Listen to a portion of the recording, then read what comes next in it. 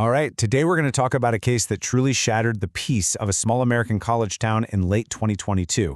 This is the story of the University of Idaho murders. We're going to walk through the crime, the incredibly complex investigation that basically captured the entire nation's attention, and how it all led to a final and, for many, a surprising path to justice. So let's set the scene. We're in Moscow, Idaho. It's pretty much the definition of a small, quiet college town. And to give you some perspective, a murder hadn't happened there in 7 years. So when this happened in November 2022, it was more than just a shock. It sent a wave of genuine fear through a community that just wasn't used to this kind of violence. And at the absolute heart of this tragedy is this number, 4. 4 promising, bright University of Idaho students whose lives were just completely, senselessly, and violently cut short. To really understand the scale of this loss, we have to start with them. We're talking about 4 friends, all students, all part of this vibrant university life, who were living together in a house just off campus. First, you have Madison Mogen and Kaylee Goncalves, both 21. They had been best friends, totally inseparable, since the 6th grade. Can you imagine? Kaylee was actually just about to graduate and move to Texas for a new job. Then there was Xana Kernodle, 20 years old, a junior just known for being full of life. And finally, 20-year-old Ethan Chapin. He was a triplet, super close with his siblings, and he was just visiting for the night to see his girlfriend, Xana. Okay, so now let's turn to the night it all happened. Police and investigators worked tirelessly, poring over every single detail to piece together a timeline of those final, absolutely terrifying hours. So as you can see, everybody's back home by about 2 a.m. But look at this. Police believe the attacks happened in a shockingly short window, just 25 minutes. And this is the part that's just so haunting. A security camera nearby actually picked up sounds, whimpering, a thud, a dog barking, right around 4:17 a.m.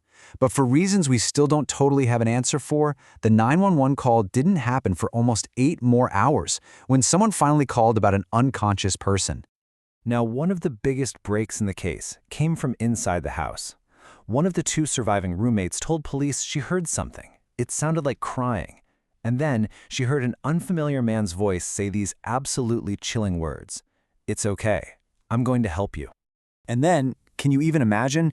She told police she opened her bedroom door and saw a man, dressed all in black with a mask covering his face, walk right past her and leave the house. She said she was just standing there in a frozen shock phase. That one moment, that single eyewitness account, it became the absolute cornerstone of the entire investigation. So in the wake of all this, the hunt was on. And I mean a massive hunt. You had local police, state troopers, the FBI, all working together. But at the beginning, the trail of clues was alarmingly thin. They really didn't have much to go on. So how did they crack it? Well, investigators basically built their case on 4 key pillars. It starts with that eyewitness account. That leads them to look for a white car seen speeding away. Then, they follow the digital breadcrumbs from cell phone pings. And finally, they find the forensic smoking gun, DNA left at the scene. And just to give you a sense of the scale here, after seeing that white Elantra on surveillance footage, police had to sift through records for 22,000 cars that matched that description. Talk about a needle in a haystack, right? Just an incredible amount of work. So while they're doing this massive car search, the whole case really ends up hinging on one single thing. One item the killer accidentally left behind. A tan leather knife sheath, which they found on Madison Mogen's bed.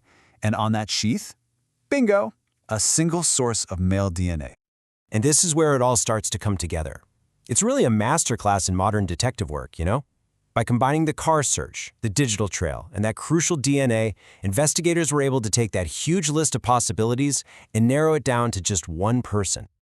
And that person was Bryan Kohberger. Now, on the surface, he was a PhD student at Washington State University, which is just a few miles away. And get this, he was studying criminology. But police quickly uncovered a really disturbing pattern. Cell phone data showed his phone had been near the victim's house at least a dozen times in the months leading up to the murders. After tracking him as he drove cross-country to his family's home for the holidays, police finally made their move. On December 30th, about 6 weeks after the murders, a SWAT team arrested Kohberger in Pennsylvania. The nationwide manhunt that had gripped everyone was finally over.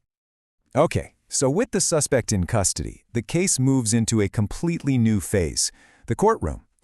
But this path to justice, it didn't end with a dramatic trial like you see in the movies.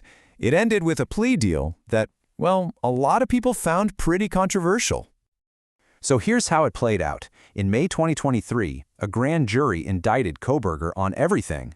The prosecution was clear. They were seeking the death penalty.